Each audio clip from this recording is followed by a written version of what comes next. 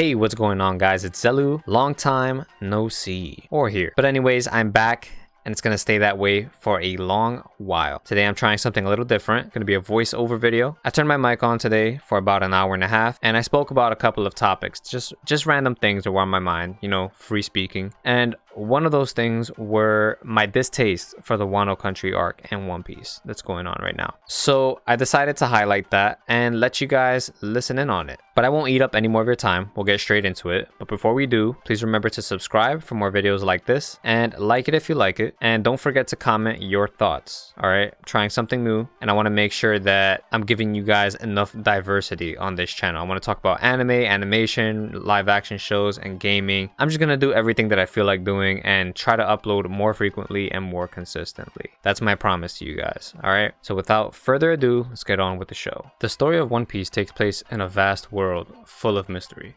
And amongst those mysteries, my favorite one for a long time has been Wano country. Not Gold Roger, not the Will of D, not Joy Boy, not the Void Century, not the ancient weapons, not even the One Piece itself. The first time, to my knowledge, that Wano country was ever discussed was all the way back in the Thriller Bark arc, when Dr. Hogback, the fake Dracula zombie guy from Moria's crew, yeah, him, he brought it up briefly. And since then, we've been fed little bits and pieces of information. So by the time the story had progressed and our main characters reached the New World, I was under the impression that Wano country was full of some crazy strong samurai, like to the brim, capable of fighting like admirals off or something. And that's why nobody could enter their country, save for one Yonko, and that was Kaido.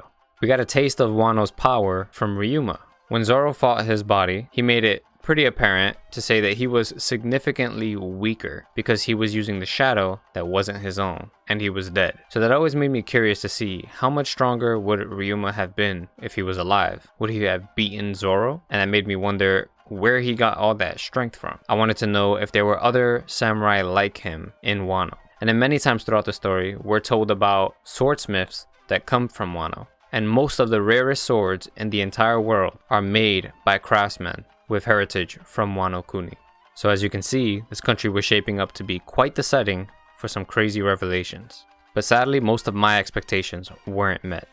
Now normally it's a good thing to subvert expectations in storytelling, but that only works if you replace what your audience wants with what they didn't even know they wanted. In other words, you gotta give me a fair trade. Now I know that Wano has been making waves. A lot of people love this arc. A lot of people love the artwork in the anime, some of the things that have been revealed in the manga thus far. But let me just go into more detail as to why I'm personally disappointed. When I was in high school, I read the fight between Zoro and Ryuma. I thought it was one of the coolest fights in the show, and that Ryuma was one of the coolest characters we had been introduced to. So I went on Google and I looked up some images of him so I can have a new wallpaper for my PC. But what I found was an actual picture of Ryuma when he was alive. So I clicked the image, clicked the website that it was attached to, and found out that this was an image from his original debut in a series by the same author called Wanted. Now I don't remember the original name of the story Ryuma is from, but the book itself was called Wanted. And I read all the short stories after that because I wanted to know about Ryuma, but I was like, I might as well read everything. But anyways, long story short, I now knew that Ryuma was recycled from old work and used to create another dynamic in the main story of One Piece.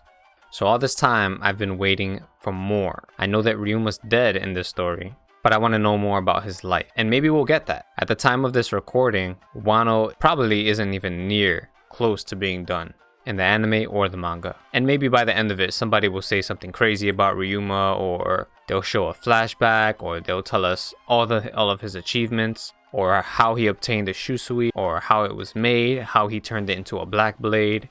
I'm assuming he knew Haki, but that's besides the point. But so far we haven't gotten any of that, other than the fact that people recognize Shusui and that Zoro has been labeled a grave robber. Other than that, we haven't really gotten much. Now that's not too bad, but that's just the tip of the iceberg for me. Like I guess the biggest thing that I have come to have a problem with is One Piece's general Saturday morning cartoon syndrome. One Piece has always kind of been this way though. Like it's not a real thing, it's just what I'm trying to use to describe One Piece's biggest problem overall, not just with Wano country, It's basically like a really dragged out way of making this show marketable, I guess. So every story in One Piece, like every time they reach a new destination, and it's a major one, right? Like it's a kingdom, it's a country, there's a big enemy here at play, and Luffy pretty much wanders around aimlessly until he finds his way to the big bad. It's happening all over again with Wano, and I kind of expected more. The next issue I want to say is the military, right? Wano kind of sucks. Wano doesn't feel like a new world island or country. I don't know, like I get it. One Piece is that